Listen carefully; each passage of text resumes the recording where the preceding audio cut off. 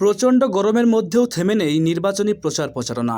প্রার্থীরা ভোট প্রার্থনা করতে ছুটছেন ভোটারদের দ্বারে দ্বারে।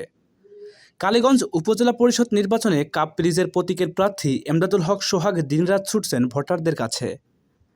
হাটে বাজারে সবার সাথে বুকে বুক মিলিয়ে চাইছেন ভোট, দিচ্ছেন পাশে থাকার আশ্বাস।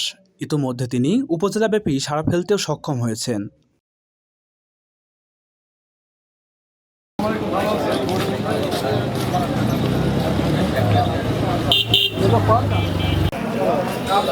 ভোট দেবেন চেয়ারম্যান পদে, কাপড় মার্কে ভোট দেবেন, কাপড় মার্কেটা ভোট দিবেন।